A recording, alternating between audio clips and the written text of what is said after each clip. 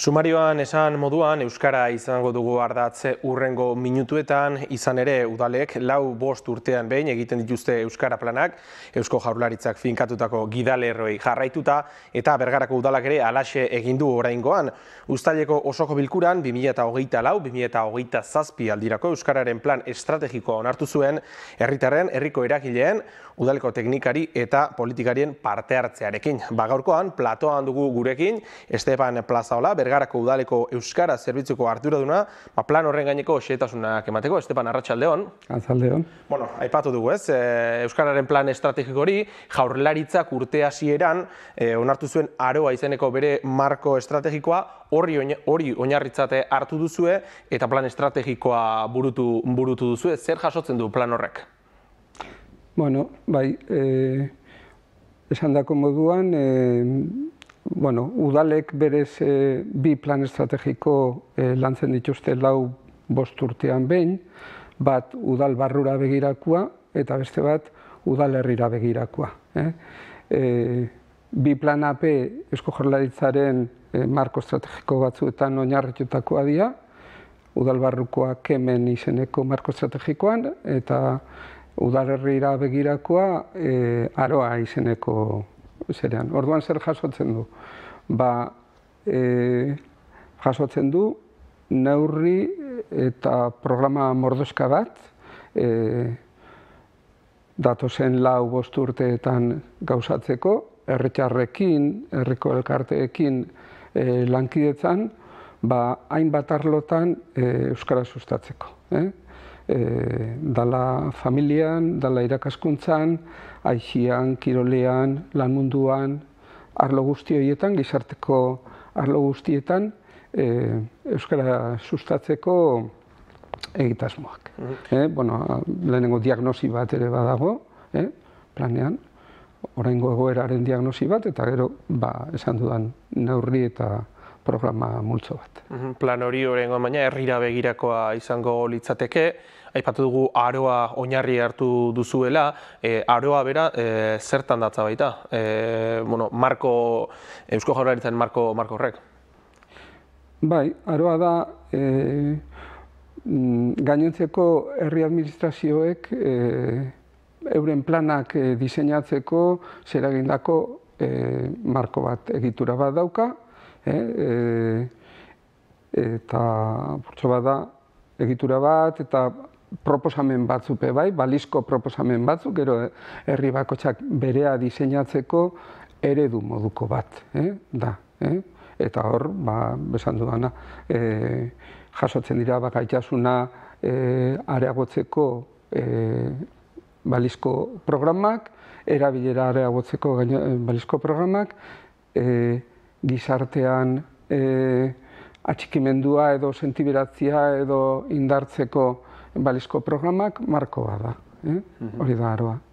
Lehen ere esan dugu, 4-5 urtean behin egiten dituztela udalek horrelako planak, eta hitz egiten aritu gara, gurpil baten moduan funtzionatzen dutela, gelditu barik bata bestearen ostean etortzen direla, eta helburuak ere antzerakoak izaten direla, baina kasu honetan, datozen 4 urteetarako dituzuen helburu horiek zeintzuk dira?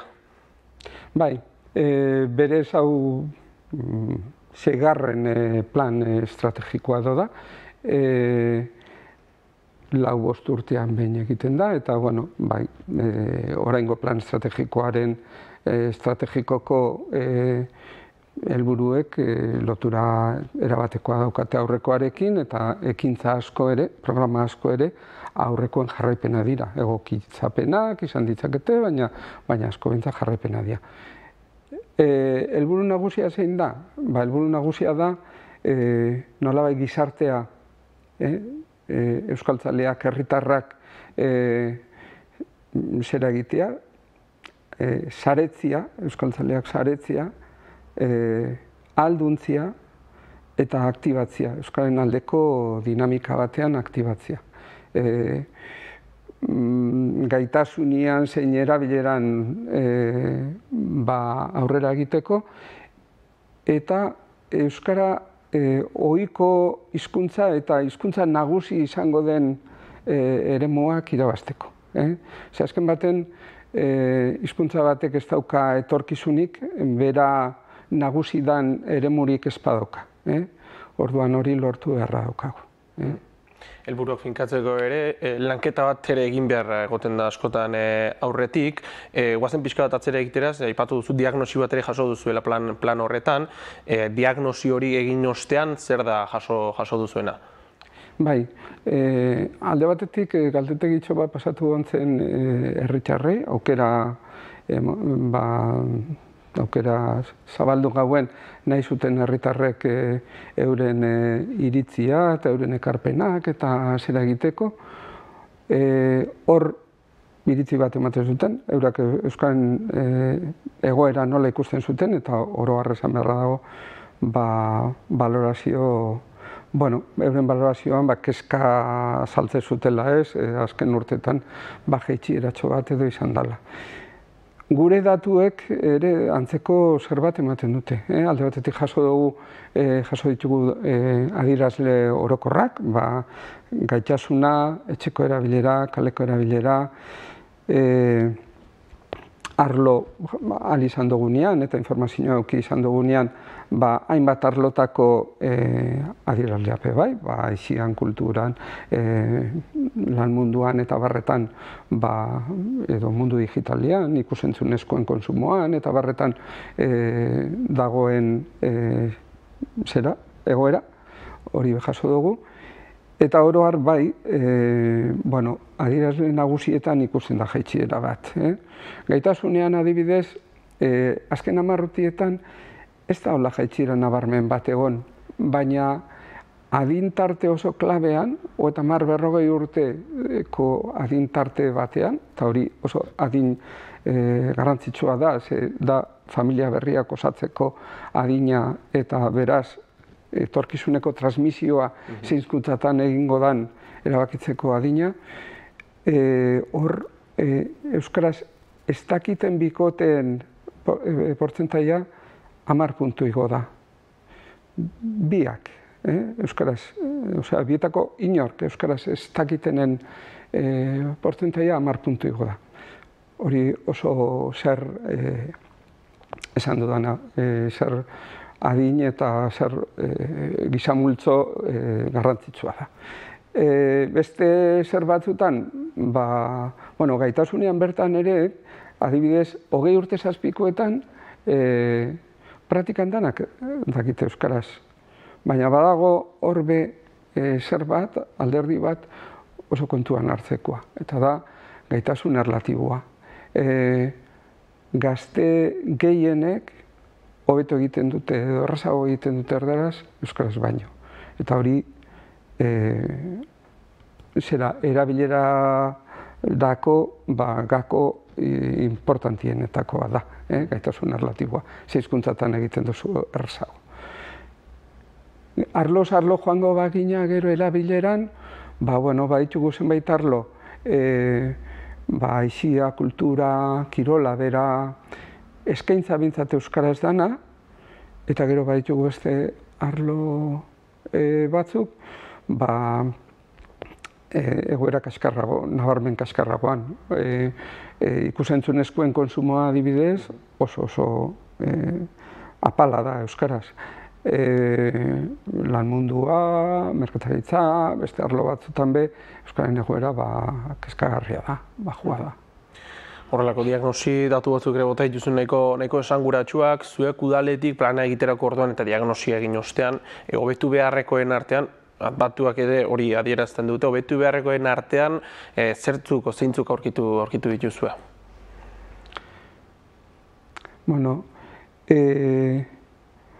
Aipatu ditut batzuk ez da gaitasunarena. Gaitasuna adibidez, esan dudana, bermatu nahiko geunke, eta hezkuntza legean bertan, eta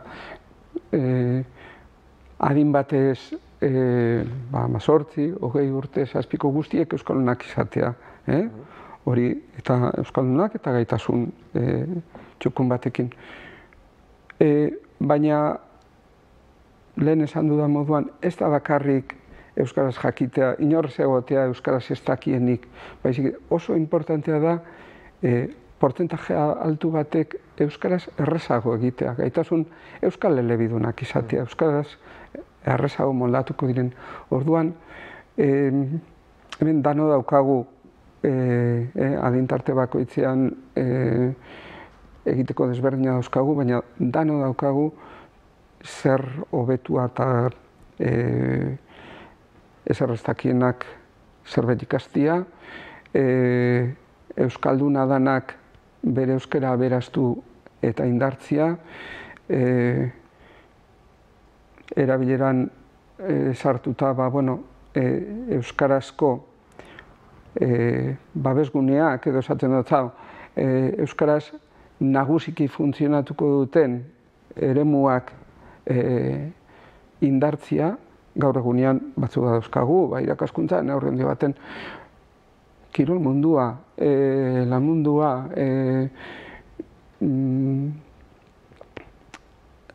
ez da erraza izango, zera mundu digitala eta ikusentzunezkoen mundua eta horretan euskara nagusi izatea zaila daukagu dagoen zerakin, baina horbe pausoak eman beharko gituzke, alde batetik eskaintza zera egiteko, hasteko eta kontsumoa ere bai, ez?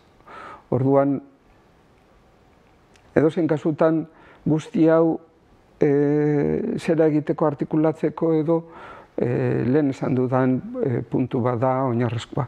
Eta da, euskaltzaleok, euskaldunok, euskaren inguruko entidade zer guztiok nolabait saretu beharra daukagu. Gaur egun ez dago euskaraz erdaraz ez dakien inor, gaztetxo umeren bat, edo kenduzkero, euskaldun ele bakarrik ez dago.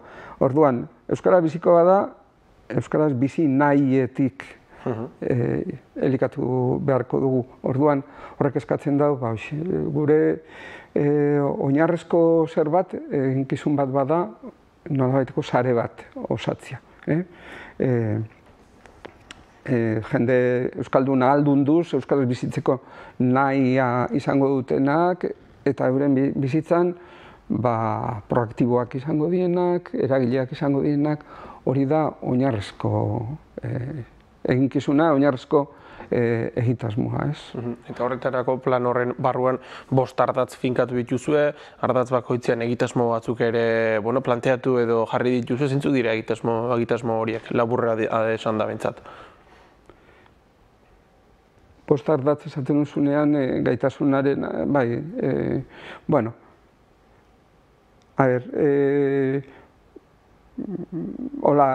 egitasmo nagusiak nik esango nuke, alde batetik daukago hori zeraren nolabaiteko